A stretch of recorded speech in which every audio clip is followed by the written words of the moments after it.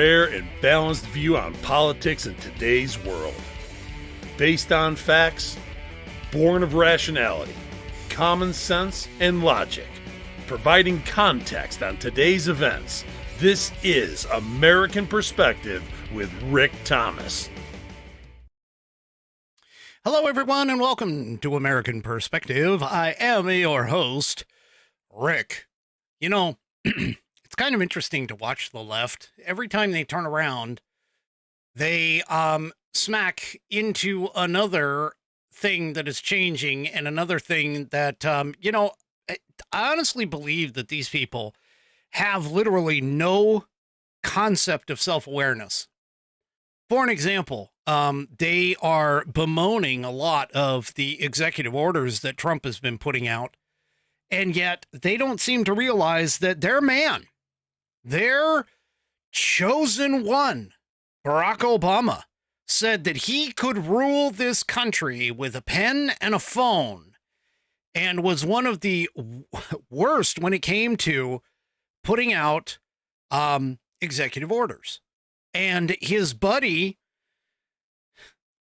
Joe Biden, went ahead and continued that tradition over and over and over and over again. And yet here they're sitting here complaining about the fact, well, Trump's executive order, or his executive order, is unconstitutional. His executive order doing, shutting down the government, that's unconstitutional. And yet they sit there and all they do is applaud when it happens on their side of the house. But when it's on our side, they bemoan the fact that we're just setting up. I mean, basically all Trump is doing is the same rules that you morons allowed. You broke the barrier. You opened up the door and applauded the man who did it. And yet all you want to do is whine and complain when the tables are turned on you. Yeah. The next couple of years, at least, the next 4 are going to be just so much fun. We're not even to a full 2 weeks yet. We haven't even gotten to 2 weeks into Trump's term, and and it's already amazing. All right, let's go ahead and get things started here. Tonight, I have on tap the fabulous My News from Rumbleland, who is up for reciting the pledge for us. So do me a favor, if you are of mine, please stand, remove your hat if you're wearing one like me, and make sure that you place your hand over your heart. And follow along with My News in the Pledge of Allegiance. I pledge allegiance to the flag of the United States of America and to the republic of which it stands, one nation, under God, indivisible, with liberty and justice for all. All right. Thank you very much for that wonderful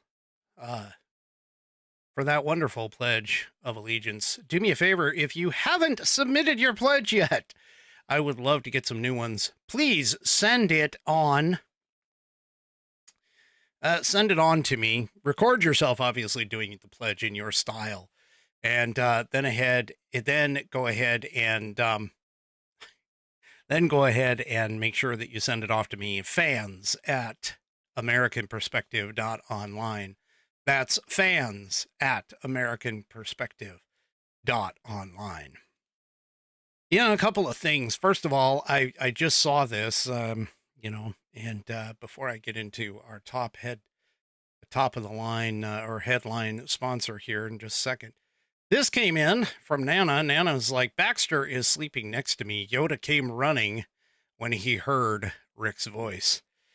So what they're talking about, of course, is their pets. Apparently, I have a voice that is very soothing to pets and other animals. I don't know why. But I've even been told that I have a very soothing tone, even by my coworkers. I don't understand it, but all right. Whatever works.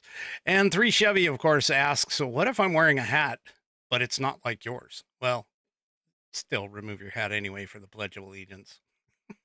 Okay. Oh, goodness. All right. Let's go ahead and get into tonight's headline sponsor. Tonight's headline sponsor is, as soon as I can find the right button to push, where am I? Oh, yeah. Is True Grit Roots Network. Yes, TGRN. Now, I'm not showing. There we go. TGRN.net is our place. Yeah. TGRN.net is our home on the web. Go and check us out. That stands for True Grit Roots Network. And we just launched on Monday, and I know I'm kind of pushing this a lot because we want you to listen. Hello. Anyway, we push we're really pushing this. We have launched our signature channel, our first signature channel, one of many, from Walter Trout. Walter Trout Blues Rock Radio is running right now. Let me give you a rundown really quick on the scheduled shows. Now, we have great music throughout the entire day. These are just the particular shows from our on-air personalities. So Monday through Friday, as always, we have the Blue Plate Special. That runs at noon Central Time. But then Mondays are Big Daddy Ray. Big Daddy Ray and his Blues Therapy Radio. He's got two presentations of Blues Therapy Radio. One is at 2 p.m., the other is at 8 p.m. On Tuesday is Jonathan Oogie Richards. He has his Mighty Mouth Blues. Again, 2 presentations, one at 2 p.m. Central Time, the other at 8 p.m. Central Time. Wednesday is Chuck Finley. Chuck Finley does Undercover Blues at also 2 p.m. and 8 p.m. Thursday, we have Mighty Pat Quinn with Cruisin' on the Blues Highway. And again, that is 2 p.m. and 8 p.m. And then finally on Friday, it's Ladies' Night for Friday. We have Black and Blues by the one and only Lady A. That presentations happen at 2 p.m. Central and 8 p.m. Central. And then you're treated to a second lady, that is Gina Coleman, and she has her Queens of the Blues at 10 p.m. Central Time right after that. That is our weekly programming that will continue for now until, of course, things change. But yeah, there you go. And then on Saturday is another presentation of Blues Therapy Radio at 6 p.m. And then, of course, follows up with a new show called Blues Party, starting at 8 in Central Time, going all the way till midnight Central Time. And that is hosted by none other than Mighty Pat Quinn and Jonathan Oogie Richards all together. Those two are doing Blues Party for Saturday night. That's a new show. And then, of course, Sunday, we have all of our wonderful gospel and fantastic church mood music, starting off with Oogie's Sunday Groove at 9 a.m., then followed by Lady A's Gumbo and Gospel at 11, then another installment of Queens of the Blues at 1, from 1 to 2, then they pick it back up with Lady A's Gumbo and Gospel at 8 p.m., and followed by another play of Oogie's Sunday Groove at 10 p.m. all the way to midnight. That is our schedule. That is a fantastic lineup. Y'all you really ought to go and check it out. You can find us at tgrn.net, and there you can either listen directly through your browser or download our app from either the Google Play Store or the Apple App Store. Also, too, if you already have the Live 365, iHeartRadio, and or Odyssey, AUDACY radio apps, you can find us in their catalog of digital radio stations. TGRN, we're expanding. I'm telling you, we're going to be launching another channel here, hopefully in the spring, if things go well. And so go and check us out. But we have got a great blues rocking road right now with Walter Trout, Blues Rock Radio, exclusively on TGRN. TGRN, True Grit Roots Network, based out of Austin, Texas. It was a long promo. All right. It is what it is. First of all, I need to let everybody know that I went ahead and did it. That's right.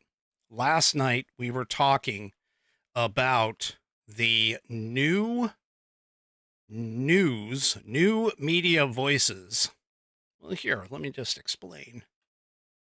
So here, the White House yesterday had the first ever presentation by, I keep forgetting her freaking name, Carolyn Leavitt, or Levitt, I guess. I can't remember how it's pronounced. But anyway, she pointed out during her press briefing that they were opening up the press room to new media voices, independent journalists, content producers, so on and so forth. They wanted people to apply to be a press corps individual. So, well, here you go.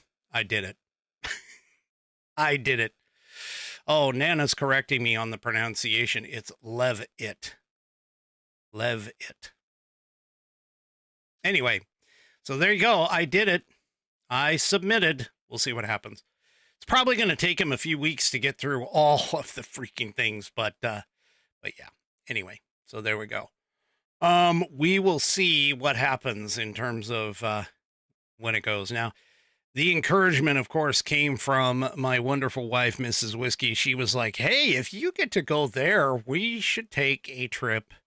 If you get to go in and do this, we need to make this into a long trip, like a trip to go to New York and do a couple other things and so on and so forth. So we'll see what happens, but there you go. All right. Yeah. So see what happens. I have a pet of the week for tonight too. So that's pretty cool. All right, let's go ahead and start with the good news. The good news, of course, is that, well, Donald Trump, his policies work. Anybody who voted for him knew this. Anybody who voted for him knew this, but I'm basically telling you his policies work, especially when it comes to things like the border. That's right. Folks, here's it now. Granted, Donald Trump, he posted this on Truth, but let's just be honest. Posting it on Truth, knowing that it is the truth. Yeah, this is what it shows. So here's this graph. And as you can see, I'm not going to necessarily zoom in, but here's the gist of the graph, folks, for those on the audio portion of the program. These are daily encounters of undocumented migrants without repatriations and returns to Mexico in January of 2025. Okay? So here it is. Biden's last 19 days in office, his average of daily encounters were around 2,087. That's 2087. Okay? That's an average across that 19 days. Now, after Donald Trump got into office, and just over the last 7 days, okay, Donald Trump's average at the border, for border encounters, 148. We've gone from just over 2,000 average per day over a 19-day period to just over, or just under, 150 average per day. Yeah. So obviously the message has gotten out to all of those migrants coming that, yeah, you're probably not going to make it across the border.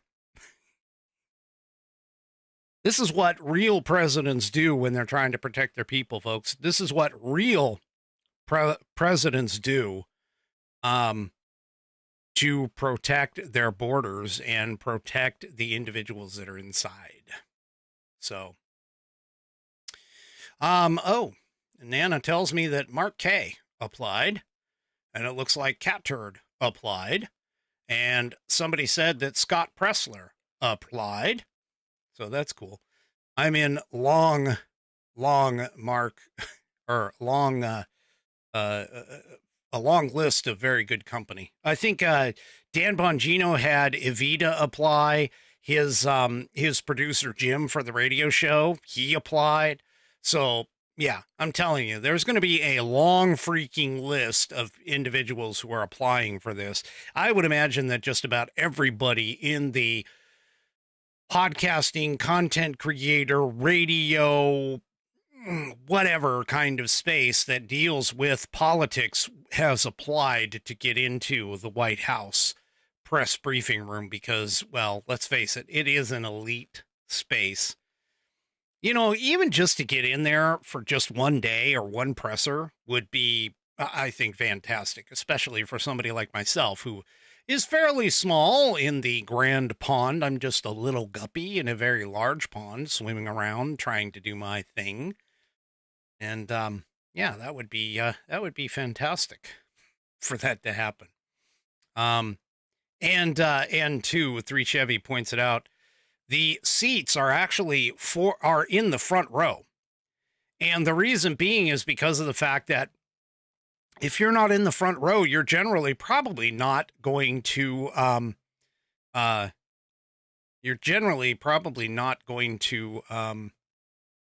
get called upon because you're just in a sea of others. So I guarantee you, though, I will be the most flashy individual in that room should I end up going in there for that. Yeah, it would be awesome. I'm just saying. You know what? Dream big. And sometimes you'll get, yeah. Anyway. Oh, okay. So, also, too, one thing, Donald Trump has signed his first bill today. It was the Laken-Riley bill. Yeah, so there you go. Fantastic bill. It never should have even had to have come to the floor and been passed, but you know, it is what it is. Oh, you know what? I totally missed it. Today, of course, I forgot to say this. Today, of course, is, wait, go back. Today, of course, is down to business.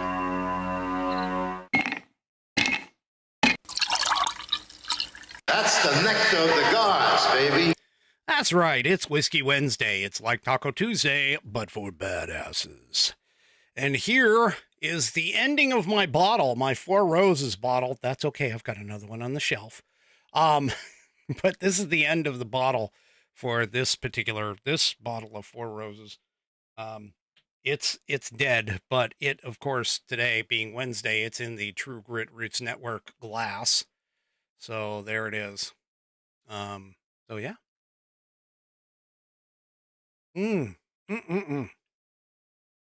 Love those Four Roses. You know, we're going to get to the Bourbon Trail. I'm telling you, we are. We're trying to work some stuff out. Let's getting logistical things put together, but more announcements later on, but we are working on it, I swear. All right. So who working today would love to have essentially a, let's say, 6-month vacation paid?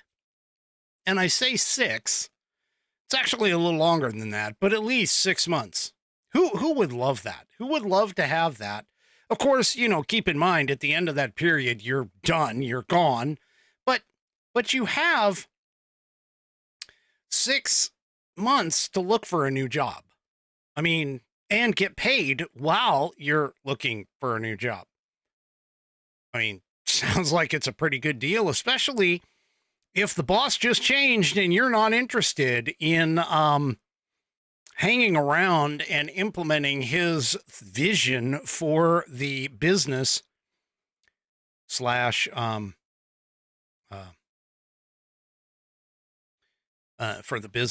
government. Well, here's what happened.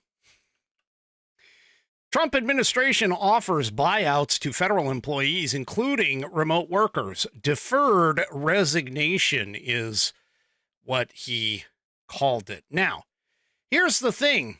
The window for this, okay, is that you have to take advantage of the program basically between yesterday and up until February 6th. And all you really have to do, from my understanding, is just reply to the email with your resignation. There's really nothing else to it. Now, here's the thing. This is the hilarious part. They offered the buyout, and they basically said, hey, if you opt in on this, you will continue to get your paycheck all the way up into September. Now, just exactly what could happen in September that might promote this kind of thing? Well, it's called the budget. And immediately the left and even some stupid, moronic senators who should know better, they all popped up and said, whoa, there's nothing in the federal budget that allows for this. This is crazy. Trump needs to have the Congress write an appropriations bill to gain all of this money. Well, guess what? There's a specific reason why he said it only goes up until September. Talk about 4D chess here. These people are just so nuts. It's really simple. Their money, their paycheck, has already been appropriated. It's in the current federal budget. He's not changing a single thing. He's basically saying, hey, if you just want to leave, go ahead and type resign into this email, or reply back by typing resign in this email, and you can continue to get paid because it's under the current budget. So Congress is sitting here going, wait, we didn't authorize this money. Well, yeah, you did. You've already authorized it. Why do you think Trump picked September? He picked it for a reason, folks. I mean, this is the kind of brilliance that nobody seems to give Donald Trump his his due when it comes to his thought processes about this. So here's the story out of Fox News. On Tuesday, a government-wide email was sent out to ensure all federal workers were on board with Trump's administration plan. The email pointed to 4 pillars that Trump set forth to bring accountability back to the federal government, including a return to in-person work, restored accountability for employees who have policy-making authority, restored accountability for senior executives, and a reformed federal hiring process based on merit. Now, a senior administration official said, the government-wide email being sent today is to make sure that all federal workers are on board with the new administration's plan to have federal employees in the office and adhering to higher standards. We're 5 years past COVID, and just 6% of federal employees work full-time in the office. That is unacceptable. So, the email itself noted that a majority of federal employees who have worked remotely since COVID will be required to return to their physical offices 5 days a week. The email read, going forward, we also expect our physical offices to undergo meaningful consolidation and divestitures, potentially resulting in physical office relocations for a number of federal workers. For those who returned to the office, the Trump administration thanked them for their renewed focus on serving the American people. but the future of their position could not be guaranteed, according to the email. For those who do not want to continue in their role, the Trump administration thanked them for their service, informing them that they will be provided with a dignified, fair departure from the government utilizing a deferred resignation program. That program begins on January 28th, is available until February 6th, and should a federal employee choose to resign under that program, they will retain all pay and benefits regardless of workload and will be exempt from their in-person work requirements until September 30th of 2025. The buyouts, of course, do not apply to military personnel of the armed forces, U.S. Postal Service, positions related to immigration enforcement and national security, and any other positions specifically excluded by the agency the federal workers are employed by. It said, to be clear, as it was with President Trump's executive order on day one, implementation of return to work policies will be done by each individual agency in accordance with applicable law. The senior administration official said, we expect 5 to 10% of federal employees to quit, and it could lead to $100 billion annually in savings for federal taxpayers. Yep. So, there you go. I see this, honestly, as a brilliant way to cut down some of the workforce. I see it as a brilliant path. Now, here's the thing, and I can kind of understand, because as I've said before, I worked for an organization that was a manufacturing organization, and they did a cost-benefit analysis on whether or not running the machines for a couple of days a week during the 2 weeks that you have both Christmas and New Year's in play. They did a CBA and decided that it was less expensive to just give the people, the manufacturing folks, the entire 2 weeks off than it was the money that it took to start the machines up and then, of course, shut them down and then start them up again and shut them down. Because generally speaking, what they would do is, yes, we had weekends off, but generally what they would do is they would start the machines up on Monday morning and they wouldn't shut them down until Friday afternoon during a normal, typical work week. But because of the breakup of the Christmas and New Year's holiday, they generally figured out that it would be less expensive to just give everybody paid time off during that 2 week period than it would be to start the machines up and try and shut them down and start them back up again, as I said. So that was a cost-benefit analysis that was done, and it benefited the company. It benefited the people, too. And that's basically what Donald Trump is doing here. He's basically setting up the government and basically saying, hey, if you guys want to take off, it's not going to be any skin off my nose because you guys have already been appropriated and paid for. So don't work. There you go. We'll shrink government. And then next year, when the budget comes into play, we won't have you anymore. So that'll be $100 million that we're going to be saving, or 100 billion, whatever it was, in savings across the board. Well, when speaking about the news media, which, like I just pointed out, I did apply to become a White House correspondent, or at least sit in the chair for once. But anyway, Breitbart, here in Breitbart, apparently there was a poll in Rasmussen Reports. They surveyed a little over, 1,245 likely voters between January 21st and January 23rd and asked a very simple, single, straightforward question. Who do you trust more? And the choices were Donald Trump, the news media, or not sure. A plurality of 44% chose Trump. Only 41% chose the news media. And 15%, of course, were not sure.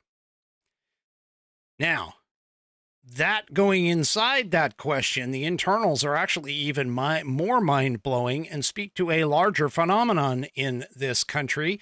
Young people aged 18 to 39 trust Trump over the media by a stunning 13 points. In that demographic, it was a 45 to 32%. The only age demographic where Trump lost was those who are aged 40 to 64. Who apparently seem to trust the media more than Trump by only 5 points, 46 to 41%. I think a lot of that has to do with the fact that a lot of older folks are not necessarily into the podcasting content creator space, although my demographic that I have, is particularly on X where I can track it, is definitely in the older age bracket, probably due to the topic and the topics that I present more so than anything else. But I am aware of the fact that there are several younger listeners who are out there, who I know. And, yeah, so there you go. But anyway, also, those aged 65 and older trust Trump more than the media by 6 points, 48 to 42%.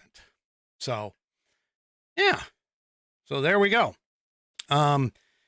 So it seems to be, according to this Breitbart piece, only the dummies in middle age who have more trust in the news media than they have, that have relentlessly lied to them for decades. So, also too, when you broke it down by, race or ethnic group, Hispanics trust Trump more than the media, 51 to 31%. That's a total 20 points there. Other than black voters, no other group has had more media propaganda thrown at them than American Hispanics, and it apparently failed completely. Spanish language cable news outlets, all these lies about deporting your abuela, unless she's here illegally, then it is bye-bye, abuela. Only 52% of black voters trust the media more than Trump, while 25% of black voters trust Trump more than the media. Keep in mind, though, that in normal times, that would be probably more in the range of like a 90-10 to 92-8%. The fact that Trump is actually polling 25% trust out of a 90-10 Democrat constituency should have the left seeking Ben and Jerry's in despair, they say. That's funny. That 13-point advantage, by the way, with young people is why the regime media are dying. Young voters were once firmly in the pocket of the Democrat Party.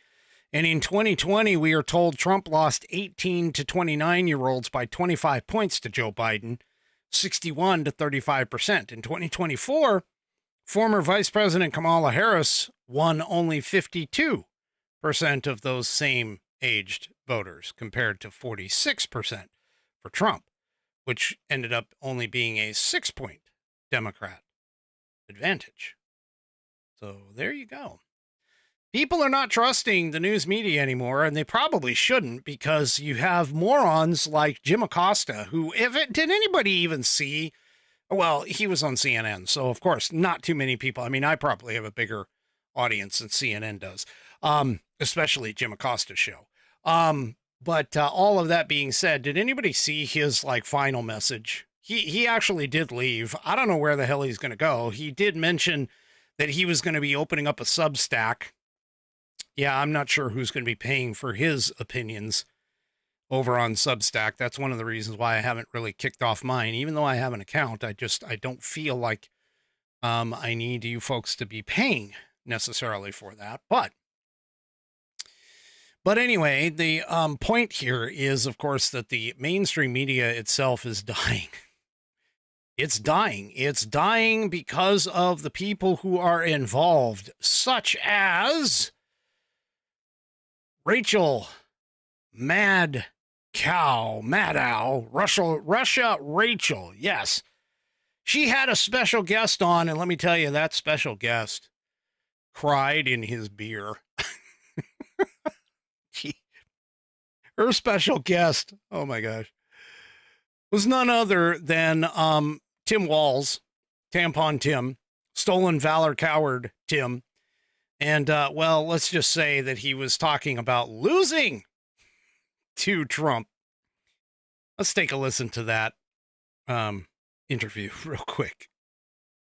And you know that overused term, the frog in the boiling water, we've been in the damn pot way too long. I think it is speaking up. It's thinking about your neighbors. It's writing and putting those members of Congress. Look, there is no spine amongst those folks, but this is real. This is, they're talking about defunding the police, things that they, puff their chests up and say they're good with, making the case. And I would let, to the voters, I'm with this too. Everybody's fatigued. Trust me, I get it. It was pure hell, and the disappointment and the frustration. And I'm, soul searching. What could we have done to make the case? Because we knew this was coming. We knew that the implications, and they're throwing so much at us that we're fatigued.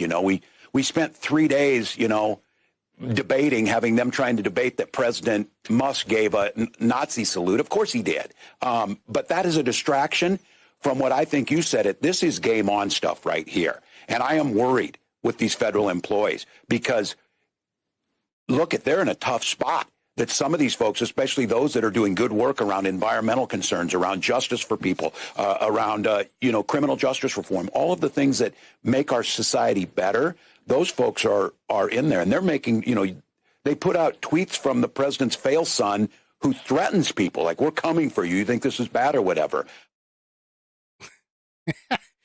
Yeah. And that was his first national interview, by the way. And he remarked about it that losing was pure hell. Yeah. So, sorry, this is probably going to go off here in a second if I don't. There we go. So anyway, yeah, he's whining. He's whining and crying. And, I see him on X. I do. I see him pop up on X every once in a while and, make some sort of a wonky statement or, show a picture of him. I think there was one where when Donald Trump was getting inaugurated and they moved it inside, where he walked outside in Minnesota and had his gear on and was like, oh, it ain't cold here in Minnesota, 20 degrees, whatever. Yeah. Anyway, he was trying to make himself look like he was a man's man. He's not a man's man. He's Tampon Tim. And yes, I continue to hit him every single time I see his posts on X. I will continue to hit him with the stolen valor, lying coward, Tampon Tim, and all that. So anyway, it was just perfect that he was on with, Russia Rachel, because yeah, she sat there and was like, she loved him. Like she always loves these morons that come on. That was, MSLSD, as Mark Levin calls him. Anyway, that's all they can do right now is just whine and cry. Well, there was another demonstration of stupidity and moronicness coming from the left-wing mainstream media. Joyless Reed, had a gentleman on, and they do as leftists always do, which is, of course, try to redefine the words, to try to redefine things. Okay. And, yeah. So the guest is Everest Kelly. He's the national president, excuse me, the national president of the American Federation of Government Employees.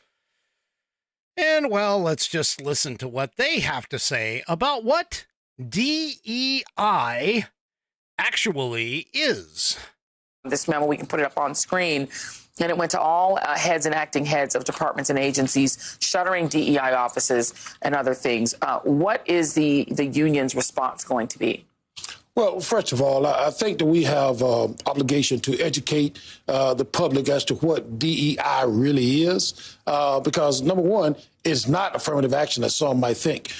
DEI is about making sure that, say, a veteran may have a handicap, an injury from the services, and come to work for the federal government. DEI would make sure that that veteran has I guess I would say the opportunity to work in a job, and they will place them in a position where they could accommodate that veteran and so that they can do that job. So DEI is about that and about providing services for workers. It's not about the color of a person's skin. And it's not a quota program. Let's just be clear. It Absolutely. means that, and it also, I think, for a lot of conservatives, they believe DEI just means black people getting jobs. And so when they see a black person in any job, they say, oh, that person's a DEIer. They said it about the literal elected vice president of the United States. Absolutely. She wasn't hired. She was hired by the American people. 80 million Americans voted for her, but they can't see through her race and gender.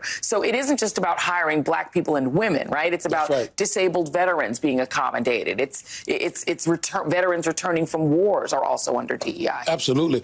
And I see that as a veteran myself, right? Mm-hmm. I see this initiative as a direct impact and attack on veterans. Of the 2.2 million federal workers, 642,000 of those are veterans. And so this is, in my way of viewing this, is a direct attack against veterans as well. The misunderstanding of what DEI really is, it's on us to really educate the public as to what it really is all about.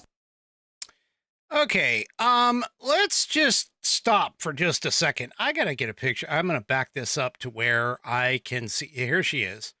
Here's Joyless Reed. Okay, let's find a good. I want her like eyes open, facing the camera. Okay, obviously it's not gonna happen. All right, here's the thing. DEI stands for diversity, equity, and inclusion. It was originally put out and designed for the LGBTQEIGP whatever other plus minus divided by sign numbers. That's where it came from, folks. Now, this gentleman's trying to say that veterans, like disabled veterans, are all under DEI. No, they are not. And I can tell you this because every single company that I have gone and worked for has asked, are you a veteran and are you a disabled veteran? Now, technically, under law, I happen to be, okay? Even though I will never really claim that status because of the fact that the reason why my separation happened, and I was separated due to, I left of my own accord, but as a part of my separation, it ended up where I had essentially a medical separation as well, at least according to the VA. So here's the thing, okay, is that these people don't seem to understand that there are already laws in place that help veterans, that help disabled veterans. They didn't fall under DEI. DEI was created after these things were done, okay? And this woman is sitting here trying to redefine DEI. She uses as an example the veritable ex-vice president, okay, as the reason why people claimed DEI in that she, in particular, the former VP Harris, was a DEI hire. That's true. Biden freaking said it. He says, I I want a black woman president or vice president. That's what he was looking for. He started off saying a woman, and then he started off by saying a black woman after he narrowed the list. You can go back and listen. There's video out there of him all the way. She had no qualifications. She dropped out. She wasn't even like voted on in the primaries. She dropped out before the primaries even happened. Before Iowa even happened, she was done. Because she knew she wasn't going to win. There was no way she was going to win in all the primaries when she was, quote, running for president. And then she was literally plucked out of the jaws of destruction and loss because Joe Biden needed to find himself a black woman VP. That's literally what happened. Actually, I don't think Joe Biden picked her. I think his staff picked her. I think his staff was the one that brought her on thinking that she would just be fantastic. And reportedly, she ended up playing solitaire all the time on her computer instead of doing her actual freaking job. Now, to the point where they were talking about how Harris was voted for, no, Harris wasn't. It was Joe Biden who was voted for. Nobody votes for the vice president. The vice president, when you're a vice president, you're just basically along for the ride. Seriously. You're just pretty much along for the ride. And, I mean, not to like disparage J.D. Vance, because I think he is going to be an absolute phenomenal presidential candidate in 2028, provided that he can keep things going the way that it is. But that being said, I mean, everybody voted for Trump. You don't necessarily vote for the second guy. You vote for the first guy, the guy at the top of the ticket. That's who you vote for. And in this case, they voted for Joe Biden. Okay? And by the way, just to set the record straight, as I've been setting the record straight in front of all these morons that are out there, Kamala Harris is not black. Her own father, her mother is 100% Southeast Asian. Her father is of his own writings, Irish and of undeterminate origin. Okay? So there you go. There you go. But anyway, these people, they're attempting to try and like soften this whole DEI process and everything else. They're trying to revamp the language. They're trying to change what everybody assumes, which it is. It was an affirmative action program. Give me a break. It was the idea was to pick people not based off merit, but by certain characteristics that fit a certain amount of check boxes. Take a look at Karine Jean-Pierre. Thankfully, she is gone. Oh my gosh, if you connect her with Carolyn Levitt, oh my Lord, there is as much difference between them as there is, and I hate to say this, but as the color of their skin. I mean, holy crap. Karine Jean-Pierre was probably the worst and most horrible press secretary that we have ever had in our entire history. Anyway, glad that's over. But yeah, that's what these people are going to do. They're going to try and revamp things, okay? They're going to try and revamp things for basically the rest of everybody to try and make it so that they have a reason to keep DEI going. Yeah. Anyway. And of course, Joyless Reed, she is the homophobic racist. I think it hasn't been proven that those posts that she claims were posted by somebody else have not been posted by somebody else. Anyway. All right. So, where did I lose this? Oh yeah. So, The budget office memo, okay, the budget office memo that caused the extreme freakouts of the left with regards to the federal aid freeze. Now, first of all, the memo, of course, stated that anybody who is getting direct payments from the government, like Social Security, Medicare,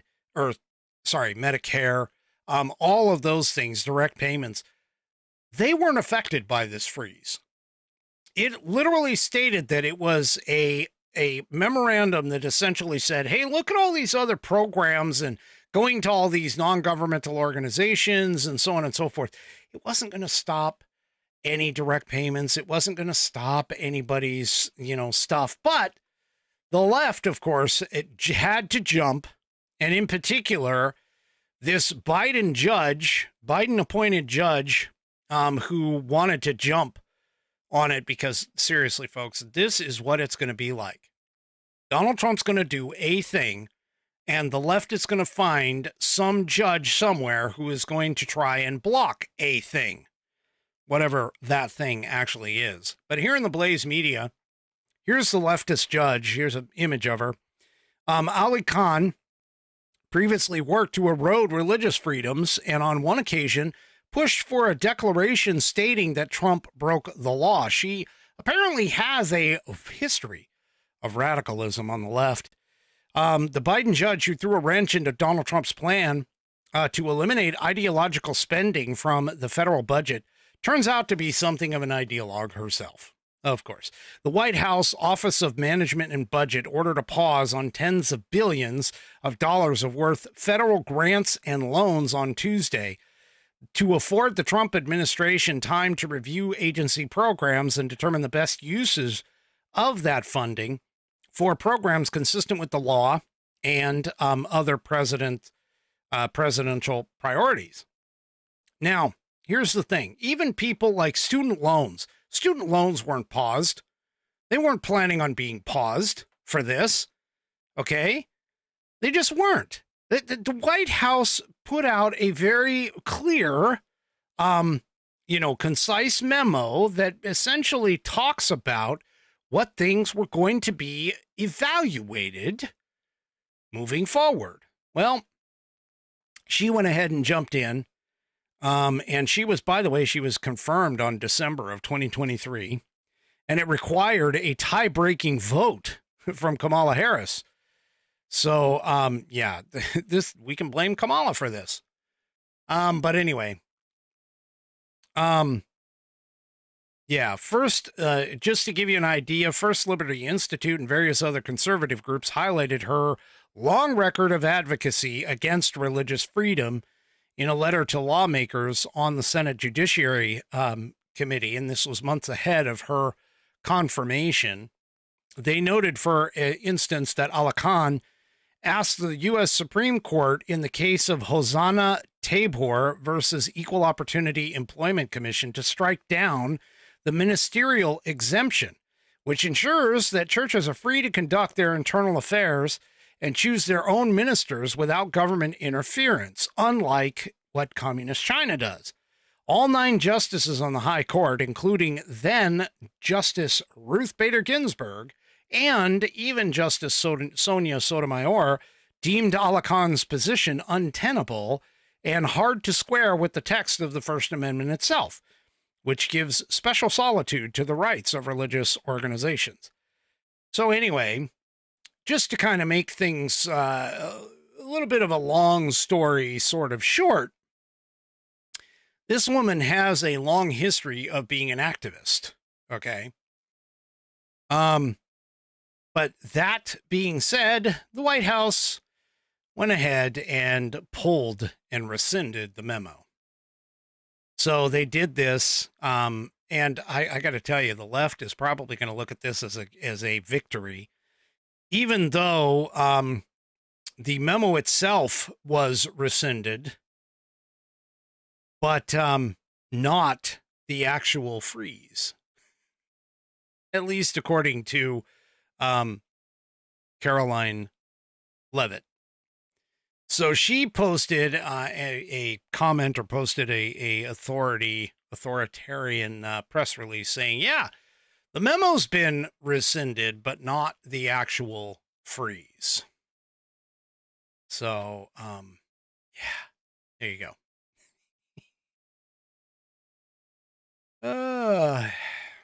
This is just going to be a fantastic, I'm going to tell you, a fantastic presidential term. Whew. Speaking of rogue judges, yeah. I saw this on X. I didn't really comment on it, but I didn't bring it to the show, but I did comment on it on X. And one of the things, okay, Coco, seriously. Coco, insert name here. Oh, my rumblers. They're just having anyway. They're just having a grand old time over there. All right. So speaking of activist judges, I saw this on X. I didn't really say anything in the program. I'm going to bring it to you now. So there was a federal judge who thought, mistakenly, that he was doing what he should in order to keep a couple of oath keepers, one in particular, from coming back to Washington, D.C. And he issued an order that essentially said that, hey, this individual, and the federal judge, by the way, is Amit Mehta, and he had an order where he was banning the Oath Keeper founder Stuart Rhodes and some others from not only visiting the U.S. Capitol, but also entirely out of the city of Washington, D.C., or, well, the District of Columbia, the entire district. Judge Mehta issued the order after reports came that Rose was going to meet with members of Congress. And he went ahead and put out this, and he goes, the court hereby amends the conditions of supervised release for defendants Stuart Rhodes and co-defendants. Mehta said in a one-page order effective noon last Friday, you must not knowingly enter the District of Columbia without first obtaining permission from the court. You must not knowingly enter the United States Capitol building or onto surrounding grounds known as Capitol Square. Well, yeah. The order apparently, and Mehta was attempting to use, or Mehta, I don't know how it's pronounced. Anyway, it's spelled M-E-H-T-A for those who are interested. But anyway, he was trying to use an interpretation of Trump's commutation order that only acknowledges the release from prison and kept them under supervised release. Well, guess what? Trump's DOJ goes ahead and says, yeah, no, you're wrong. You're wrong. The U.S. Attorney for the District of Columbia quickly responded and basically said, the court entered an order dated January 24th, 2025, amending conditions of release. The defendants, however, are no longer subject to the terms of supervised release and probation, as the executive order commuted the sentences of these defendants. As the terms of supervised release and probation are included in the sentences of the defendants, the court may not modify the terms of supervised release. The term is no longer active by the simple effect of the executive order. And it pointed them to see the United States v. Hammond, 588 U.S. 634, 648 in 2019. So the Supreme Court has acknowledged that an accused's final sentence includes any supervised release sentence he may receive, and therefore supervised release punishment arise from and are treated as part of the penalty for the initial offense. Well, his executive order giving them the pardon cleared them of all those sentences. So, yeah. What that ended up doing, of course, is putting this judge, Mita, however it's pronounced, in the embarrassing position of standing on his order and standing his ground, or basically being made a laughing stock, and deciding then to back down and try to save a little bit of dignity. Well, he went ahead and backed down. Now, keep in mind, he said in the order that the man he called a peril to our democracy and fabric of this country is now out of prison and, of course, hobnobbing with members of Congress, while the Department of Justice basically said, hey, look, dude, you freaking screwed up. The executive order says that it commutes his sentence. That includes any supervisory release punishment, which is part of, based on the Supreme Court's thing, to basically say, yeah, let's just be. Anyway.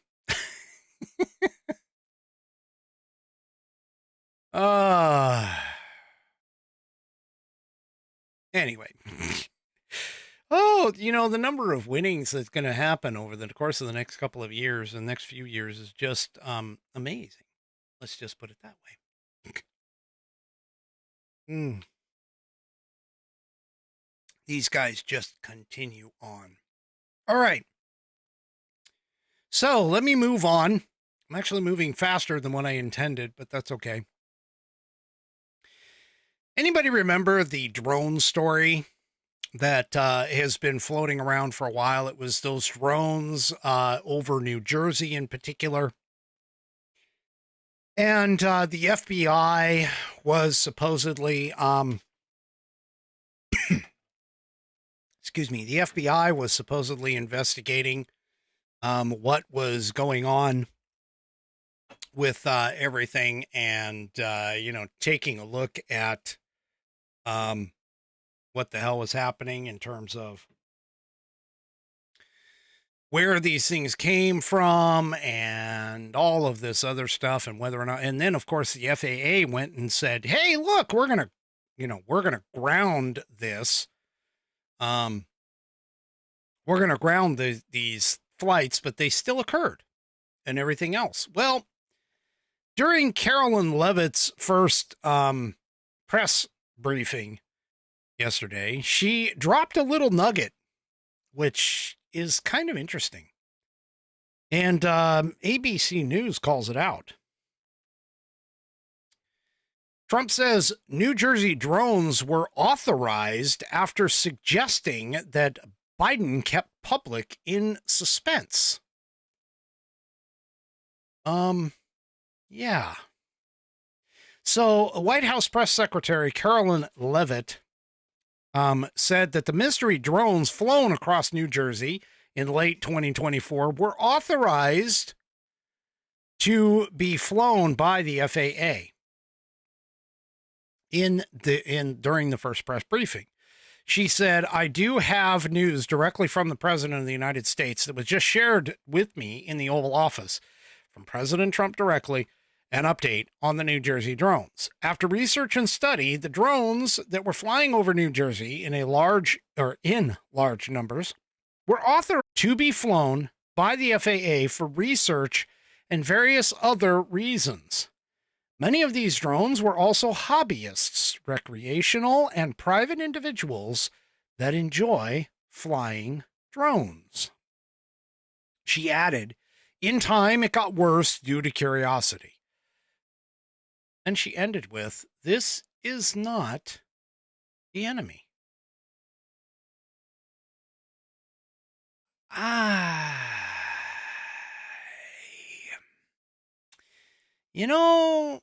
I don't think they're giving us the full story. I don't think they're giving us the full story. And I'm kind of, yeah. I'm kind of wondering if maybe they're holding back until they can actually get like some real details for this. I'm just, I'm not entirely sure. I mean, these drones were much bigger than standard, like commercially bought drones that a child or a young kid would have. These drones, the descriptions of them were basically kind of they sounded like they were a lot bigger than what you would normally purchase, like on eBay or, you know, Amazon or whatever. And they seem to be focused in particular areas, according to the news story. Yeah, until something more comes out, I'm not exactly certain that this is the actual story, and I really don't think that they are going to yeah, I really don't think they're going to tell us everything until they figure it all out. Yeah. So I'm just the joints yeah, Biden administration tried to cover it up. These things, you know, some of the people that were describing these things, they were saying that these things were like large. They weren't small. They weren't like simple little drones. They weren't something that was yeah. Yeah, I am sorry. This as much as I would love to sit here and say that, you know, Donald Trump is trying to be open and honest about this. Yeah. You know, again, keep in mind, there were temporary flight restrictions in New Jersey throughout November and December, notably in Bedminster, where the president himself has a golf club, and of course over Picatinny Arsenal military base. But on December 19th, a DHS spokesperson said in a statement that the flight restrictions were out of an abundance of caution. I mean, some of the people were saying, as Coco D, insert name here, says that some of these drones were actually sized as big as a car.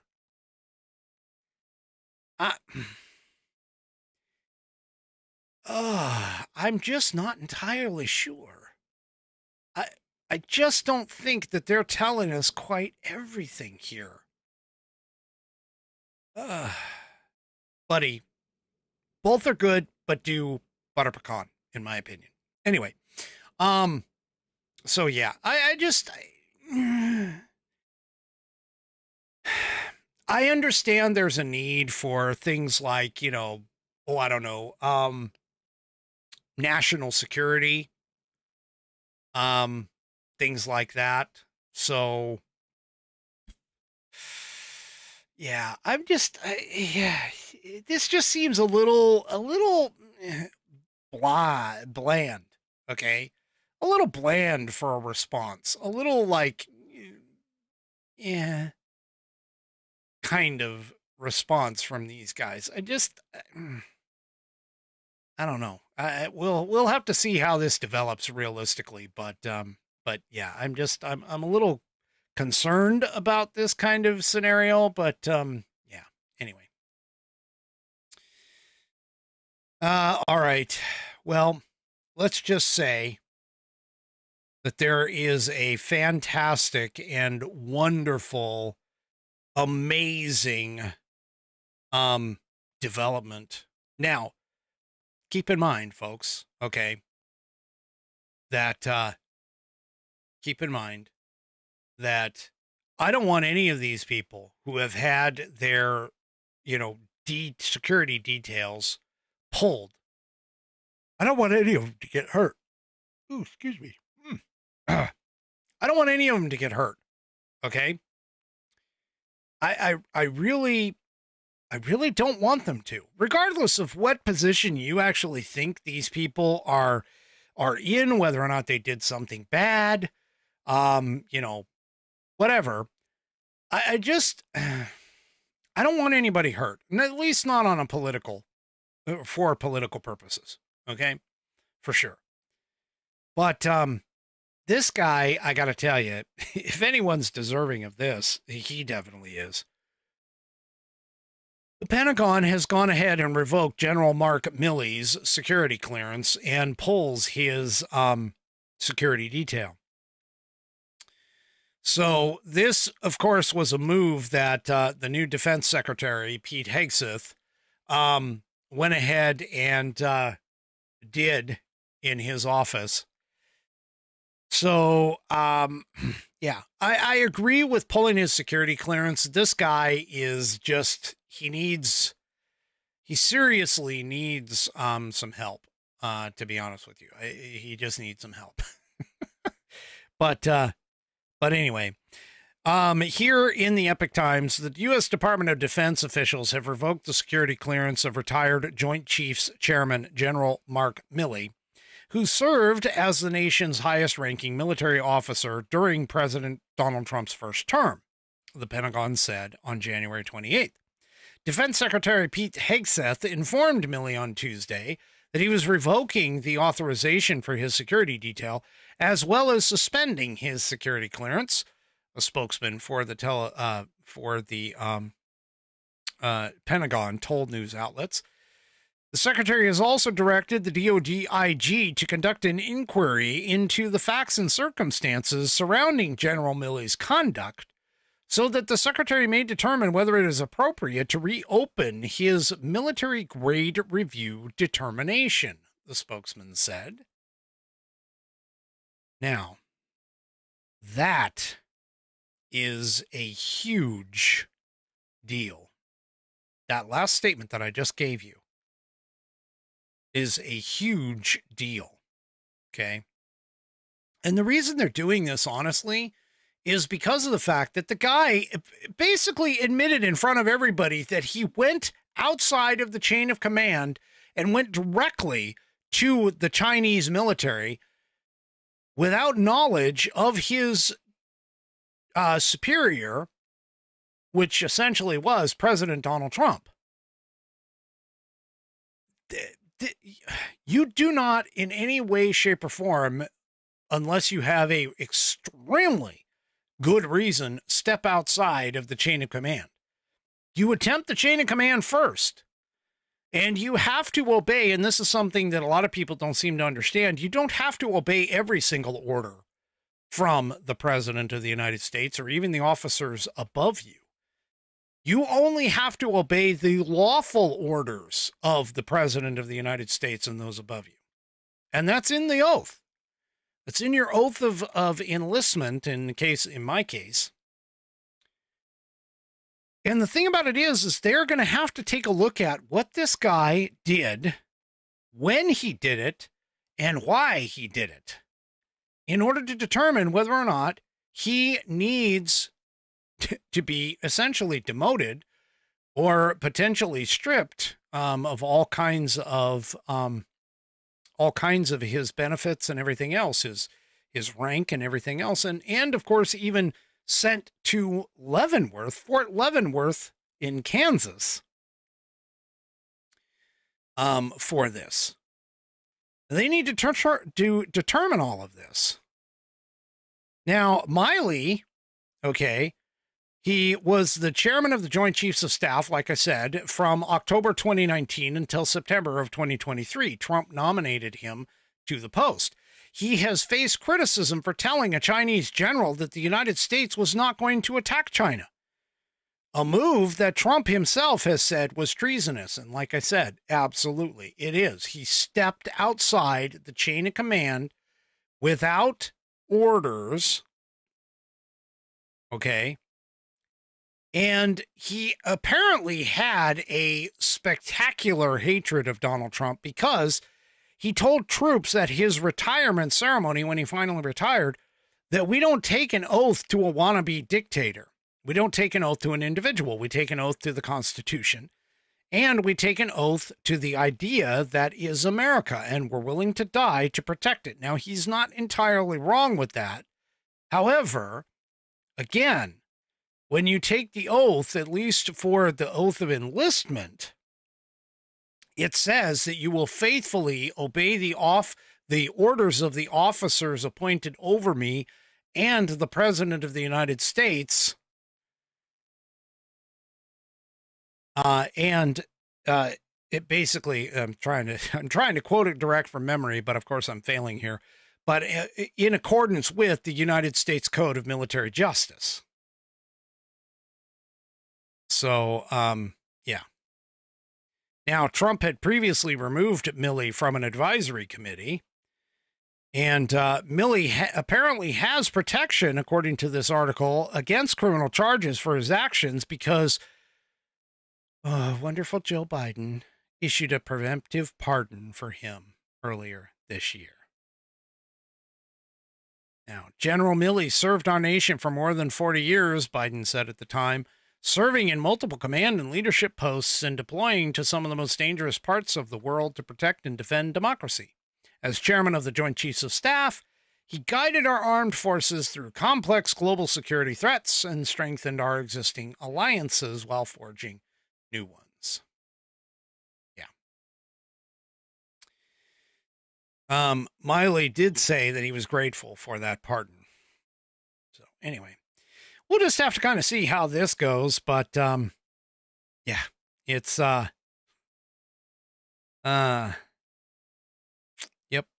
Yep. Now, one of the reasons that a lot of people, especially some Republicans, said have been asking Trump to reassess the situation in terms of pulling the protection from these people, they're saying that these people who no longer have protection face danger in part because of their roles in the killing of Iranian official Qasem Soleimani, which you recall was done under Trump's first term. Senator Tom Cotton of Arkansas said the threat to anyone involved in President Trump's strike on Soleimani is persistent and it's real. And Trump, of course, mentioned that protection is not for life. Trump said that, do you want to have a large detail of people guarding people for the rest of their lives? I mean, there's risk to everything. He later added that the people in question all made a lot of money and could hire their own security if they felt that they were at risk. So, yeah. Anyway, we'll just kind of have to see what the heck is going to happen with this. Because, yeah, this is, I mean, again, this and pulling like Dr. Fauci's, Dr. Anthony Fauci's detail. Yeah. Yep. All right. Let's see. One last article. Oh, and speaking of those kinds of people that have been there, apparently John Bolton is really worried about whether Kash Patel gets in as the FBI director. Now, we haven't seen Kash Patel. RFK Jr., by the way, was in the gauntlet today with regards to everything. And I'm in the confirmation hearings. We'll see what the vote actually does for that. But essentially, John Bolton himself, because we have Kash Patel coming up. Kash Patel is on his way as well out here. But John Bolton, who was the former White House National Security Advisor, he's worried that Kash Patel will seek retribution once he's sworn in. Now, Trump also, that's another person that Trump split, or that stripped Bolton of his security clearance on the grounds that he profited, meaning Bolton, profited from the disclosure of sensitive information published in a book that he had authored. Trump also rescinded Bolton's taxpayer-funded security detail, which he enjoyed under Joe Biden. So he also did like he did to Miley. He pulled his security clearance as well as his security detail. Now, Bolton said during a recent interview that loyalty is a virtue. It's a good thing. That's not what Trump wants. He wants fealty to him. He wants submissiveness. He wants yes men and yes women. Kash Patel has demonstrated in his service in Trump's first term that he'll simply do whatever Trump wants. He continued and says, I don't think he's qualified, and if there is a retribution campaign, there certainly seems to be, and he would be the central element of it. Says, I think that's dangerous. Now, what's funny about all of this, by the way, is that Kash Patel apparently, I don't know if he runs his own like accounts, his social media accounts or whatever, but he basically posted a few videos and let's just say the left kind of took exception to them. And they were funny. They were just, kicking the pants, kind of funny. But they went ahead and it irritated the hell out of the left, which is exactly what Kash Patel is planning on doing. Across the board. So anyway, we'll have to see how the rest of the nominations go for this, and we'll go from there. All right. Let me see. Is there one other that I want to grab? Oh, yeah. Hey, really quickly, do you remember Senator Menendez, or, well, I should say ex-Senator Menendez, Bob Menendez?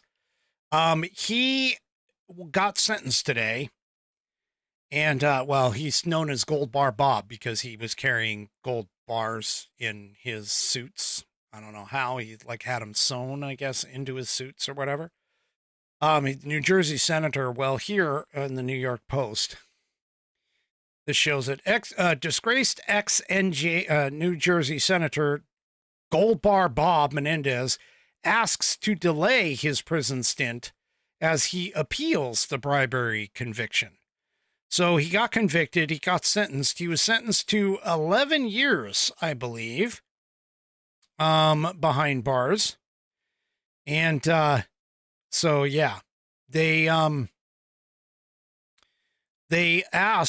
attorneys asked the judge, Stanley Stein, to give the embattled Democrat the benefit of the doubt because of his career in politics. The lawyers, Adam Fee and Avel Weitzman, said a lifelong public servant should not be forced to wait out such an appeal from the walls of a federal facility. So, anyway, he's going to try and, So I think he's been sentenced to 11 years, as of now. Prosecutors, asked for more than 15, but I think he ended up getting 11. If I remember right. So, So there we go. A Democrat who was caught with his bribe. Yeah. Anyway, okay. Well, let's go ahead and get on with tonight's. As soon as I can find the right button here. Oh, yeah, there it is. Tonight's Pet of the Week.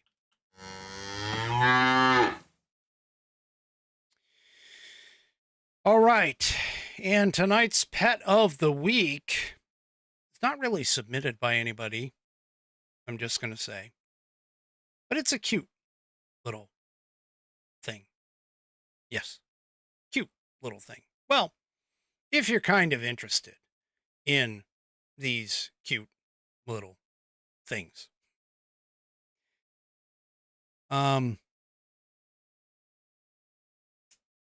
Let me go ahead and introduce Wilbur.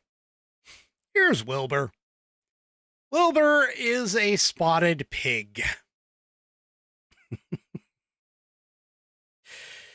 And Wilbur has been, now this is obviously early in his life. Wilbur has been taken on the show circuit. He was started off at a county fair. And Wilbur, sitting in the pen at the county fair, which for those of you that don't know how county fairs work, usually when the animal is brought, it's brought and shown, and then immediately, at least in the case of stock, is potentially auctioned off as a, shall we say, meal or more for the individual who purchases said particular animal.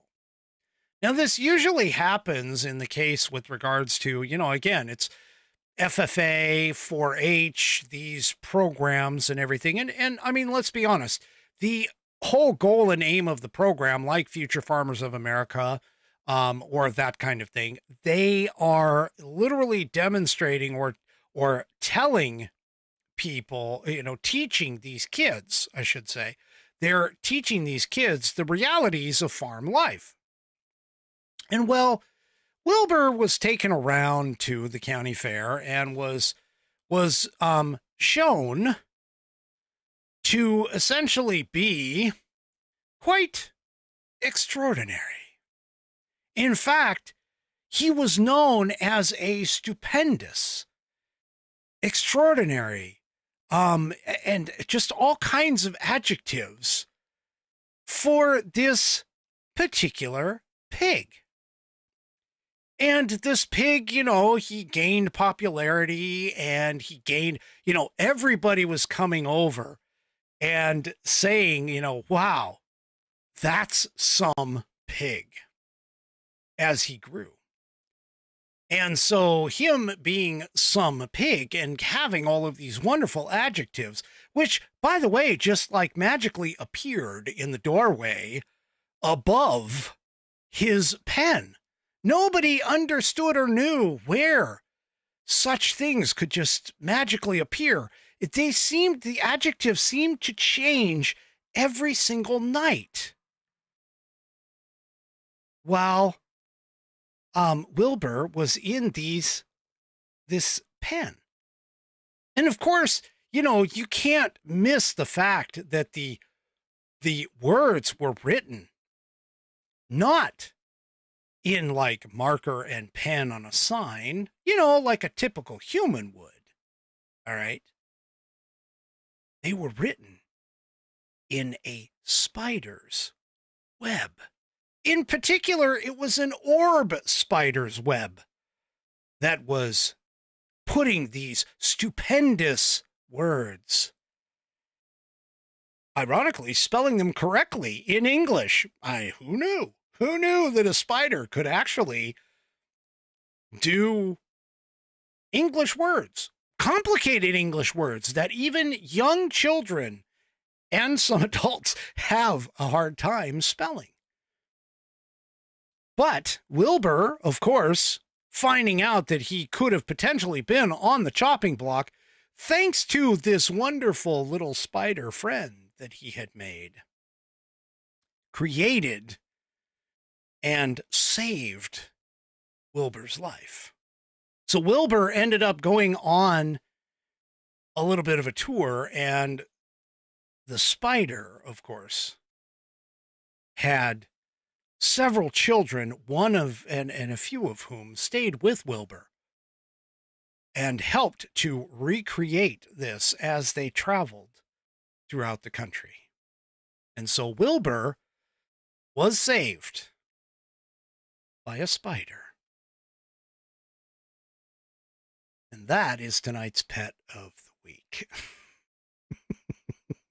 I hope you enjoyed that. Oh, yeah. Do me a favor, if you would, please make sure that you get your own pet of the week. your own pet of the week. Send it to me. Send it in at fans, FANS, at AmericanPerspective.online.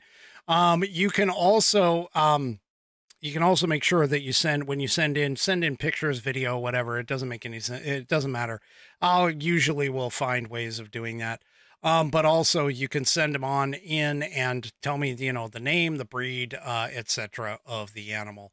And it doesn't even have to be like your typical pet, like your dog, your cat. I mean, we've had chickens, we've had goats, we've had, all kinds of different things on this program, fish. So yeah.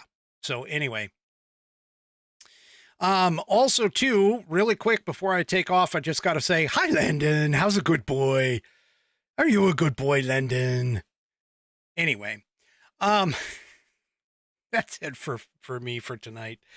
Do me a favor, if you haven't already, head on over to rumble.com, get yourself an account. It is free.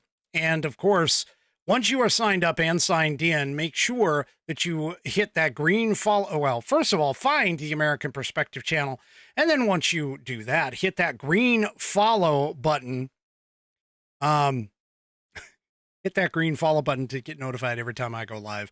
Also, too, before you take off, make sure you hit those thumbs up buttons, those, likes and everything else across all of my platforms, whether it's Facebook, YouTube, X, and of course, the aforementioned Rumble. We'll see you tomorrow night, 5 p.m. Pacific, 8 p.m. Eastern time, right here on American Perspective. Have a great rest of your evening, and good night, everybody.